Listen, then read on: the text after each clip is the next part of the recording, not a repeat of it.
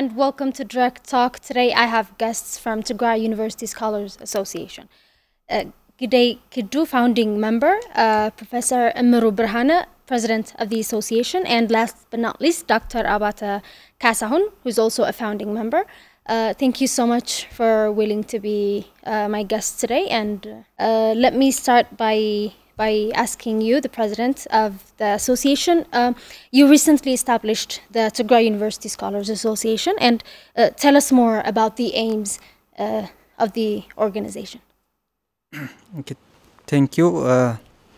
The Tigray University Scholars Association is an independent, non-profit, professional association established for advancing research, scholarly scientific activities, and related community services, mainly established in full consent of the members from all disciplines in Tigray and also outside Tigray. So we have about 7 main objectives. One is on public diplomacy, on how to engage the scholars of Tigray in advancing public diplomacy by motivating the staff as well as community at different levels to do public research, so that we will contribute to solve the current problems that we have in Tigray, mainly on the war on Tigray, on the genocidal war on Tigray. And the other objective is to enable the scholars to contribute to the development of Tigray, mainly to foresee on how to establish a prosperous Tigray. And our third objective is mainly to enable also to work on different professional societies within the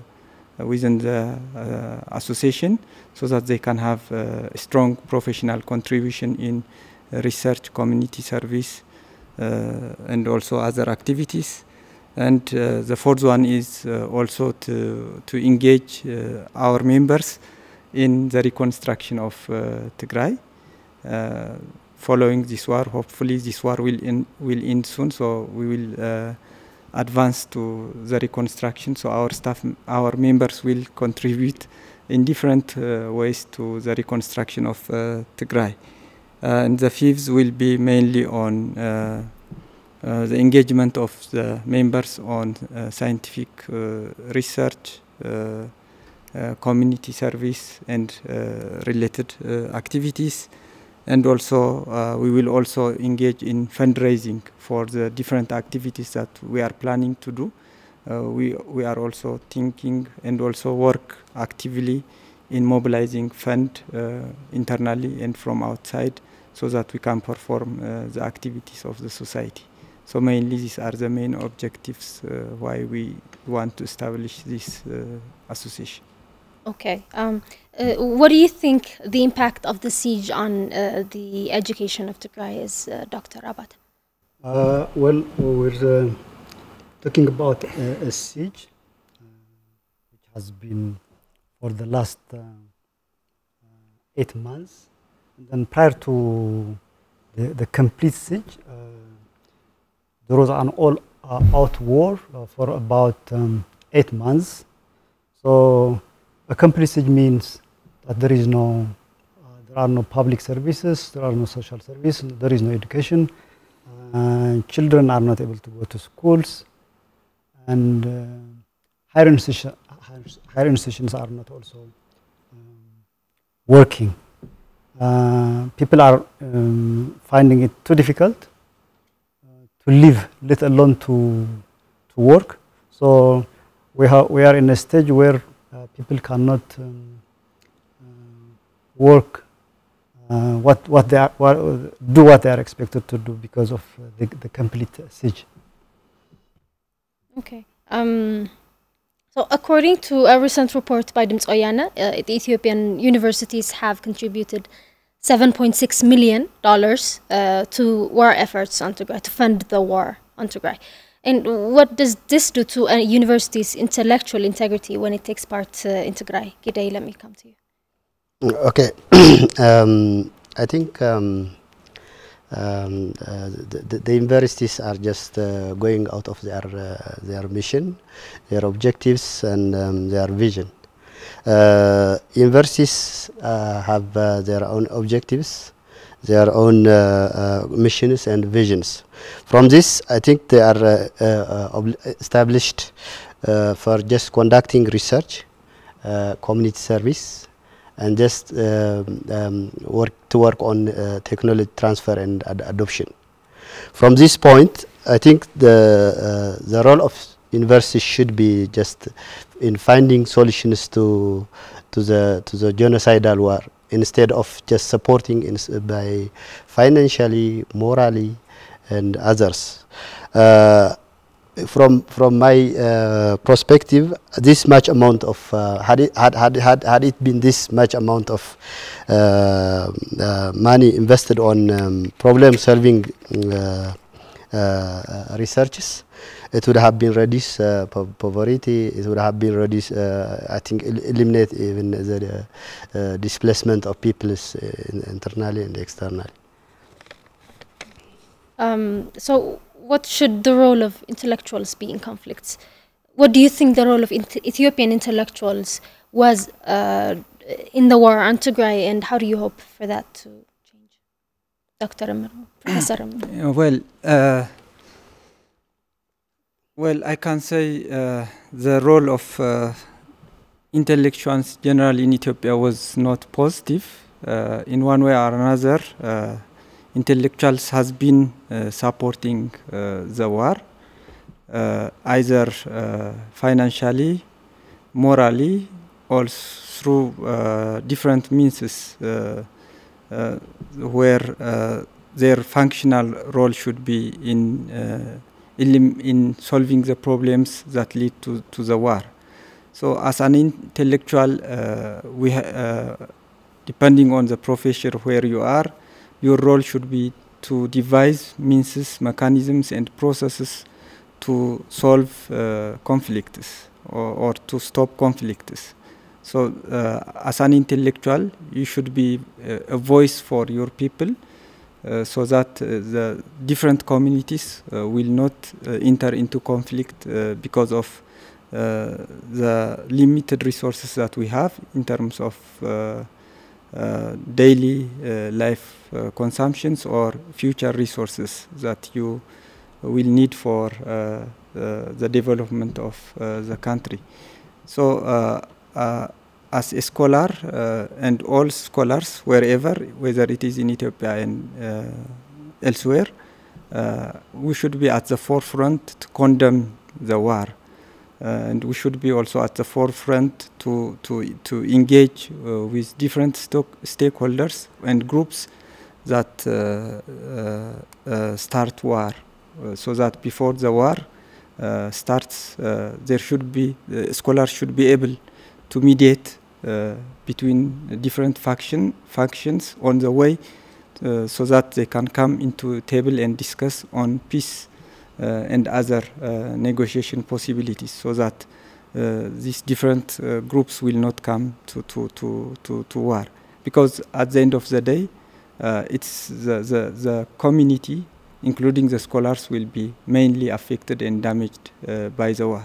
So if you think, for example, for the universities and the general education in Tigray, the education system has been already for the last 2 to 3 years, 1 year due to COVID and 2 years due to the war, there is no education, the whole education system, from kindergarten, primary, secondary, and also to higher education level. So and all the infrastructure in education has been damaged. Universities are out of work, and all the infrastructure that we had in the university, including the knowledge that we had, is under serious problem, and it's well, we didn't so far conducted scientific accounting or research on the damage that has been conducted in the universities and in the education system. But I think many years, we are already many years back from what we have achieved in the last 30 years. So the war that was supported also by the scholars has been devastating. And I believe we didn't positively play our role in solving the problem before it happens. Your association recently released a statement condemning the 7-month-long siege on Tigray and highlighting the devastating effect it had on ordinary Tigrayans, calling the siege not only legally wrong but also morally repugnant. Do you believe the international community has given the crisis the attention and the response it warrants? And how do you think the international community can actually address this crisis, Dr. Abad? Okay. So, through the communique, the association hopes to alert the international community to the desperate situation we are in, because the complete siege means that people are not safe to live, and the complete siege is used as a means to promote a certain political means. So holding people as hostage for the sake of a political means is wrong, legally wrong, and it's morally wrong. So that's why we're alerting the international community, which had the role, the moral duty to stop it. So up to now, there has been attempts to maybe to send food aid to people who are displaced in IDP centers, but given the situation we are in, there is no fly zone, there are no open, safe humanitarian corridors. So oftentimes the food aid does not reach to the affected, to the communities which are highly impacted by the ongoing war. So oftentimes we often hear that they denounce the war and the activities by the forces that are seeking to keep on fighting. But I think concrete actions are needed most, because people are living under a very difficult situation, and then it's for a very long time, for about 15 months. So there are expectations, but we need more concrete actions so that people would get the necessary aid and relief, and then peace, I think. That's it for me. If there's nothing you want to add, or as a president of the association. Yeah, just for those I think who would listen to us, both the international community and also scholars in Ethiopia, I think our message could be like all scholars, wherever whether they are in Ethiopia or outside, international community, I think should take our message seriously and contribute positively, so that the siege will end, so that we can save people from dying. The situation we are in now is, I think, beyond concern. So the people of Tigray in general are dying of hunger. It's the actual truth on the ground. It's not kind of public statement, but it is a reality which we are experiencing. For example, if you take me as an example, I was one of the scholars who has been fairly, moderately paid with good income, but now seriously, I am not able to, I am not afford to eat twice daily. It is becoming hard even to get a good food on the table, to have a daily meal. So seriously, I can consider myself as one of the starved.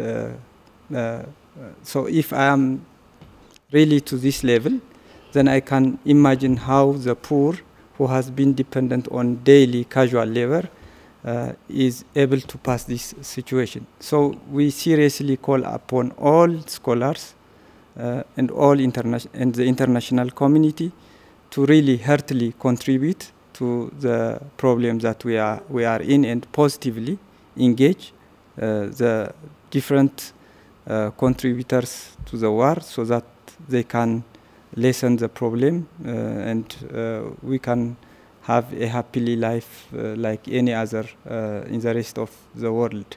Probably this may not be considered as a problem for those who doesn't know war, but for those who are already in the war, I think to know something that is happening, you shouldn't really taste it. በትግርኛስ there is a saying that መምህርን አየስንካን መምህርን አይግበርካን, there is a saying. So I think all scholars should positively engage. Those in Ethiopia should able to discuss with the government so that the situation in Ethiopia, in Tigray, should end. It's a genocidal war, and as a human being, no one should allow this to happen in this 21st century. Maybe to add a point. Okay. If there is a battle somewhere, well, you can run away to safe places, then be able to save your life if you are not among or a member of the fighters. But in this complete siege, you are in a situation where you cannot get anything. Even you don't have the opportunity to access your own savings. You cannot move beyond. I mean, if you cannot move beyond the outskirts of Maqala. I can't go outside of Maqala. You don't have the transportation means. So I think the complete siege is worse than a stiff battle. A stiff battle. You have about 500,000 people, maybe, or more than that, in Maqala, who are in desperate situation, who need assistant aid on a daily basis, but who are not in a position to get. We don't have no signs of hope, or even to get any aid. So I think comparing to the period where there was a stiff battle or war, I think the complete siege is impacting lives. And then, based on a report from the Bureau of Health, I think about 6,000 people died, even from certain parts of Tigray only. So the siege is impacting, harming people, taking lives. I think this should stop. Thank you. So that's it, and thank you so much for your time, to all of you. That wraps up today's direct talk, and I was Sabla Warklama with you today. Thank you for tuning in.